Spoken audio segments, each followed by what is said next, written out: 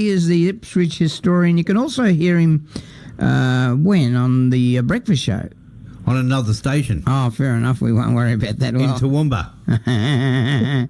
Where? 4WK? It could be, and that's on, Tuesdays.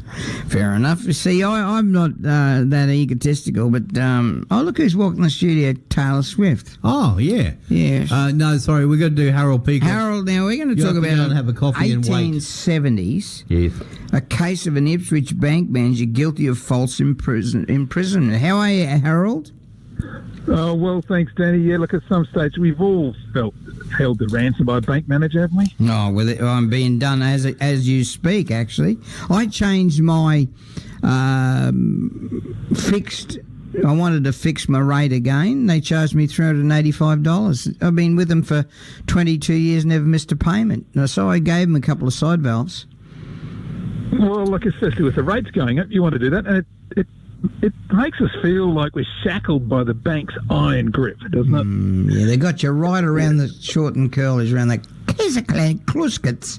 Now, tell us this story. Yeah, well, anyway, it was back in 1870, and the iron grip held the ransom really did happen, and it was right here in Ipswich. We've got our own kidnapping bank manager here, Danny. Wow. On the 5th of January 1870, that's 154 years ago last month, I know. a farmer from Mount Walker came to town to cash a cheque. His name was Joseph Willett, and he was probably a relation of George Willett, who was one of the best-known pioneers of the Darling Downs. At first, he popped into the Clarendon Hotel and then crossed over to the Bank of New South Wales, which back then was on the corner of Brisbane and Easter Street. Yes. He introduced himself as Joseph Willett. Right. Handed the teller his folded-up cheque that he believed was made out to him for £5. The problem was that the cheque was actually an old one made out to George Willett, not for £5, but 55, and it had already been cashed 5 years earlier. Now, the teller gave it to his officious manager, James Gibson. Right. And Gibson immediately detained the unfortunate farmer and waited for the constable. But the thing is, it was all a mistake. It was an honest mistake, and a subsequent charge of fraud was quickly dismissed. Wow. But Willett's rare visit to town, being arrested and detained by the bank manager for almost 7 hours, had cost him both expense and reputational damage. He engaged Ipswich's top solicitor, that was George Chubb. Chubb was also an Ipswich alderman and later the mayor, and his son became Queensland Attorney General and Supreme Court judge. Anyway, the bank manager, Gibson, was charged with false imprisonment. Willett was willing to drop the charges on a suitable apology, but no apology was forthcoming. The judge agreed that Gibson was guilty of false imprisonment and ruled in favour of the farmer Willett for £5. Now, despite the uncommon conviction, Gibson remained resolute. He never transferred with the bank away from Ipswich, which, is quite rare. In fact, he was here for almost 30 years. Wow. And what's more, his children, who were born and grew up here in Ipswich, went on to make contributions on a global stage, and yet their Ipswich connection is pretty much unknown today. The bank manager's oldest son was John Lockhart Gibson. He was born in Ipswich in 1860, educated at Ipswich Grammar School, studied medicine at the University of Edinburgh. He came home in 1892 and made the important discovery that anemia in children could be caused by hookworm. It took the rest of the world decades to catch up with him.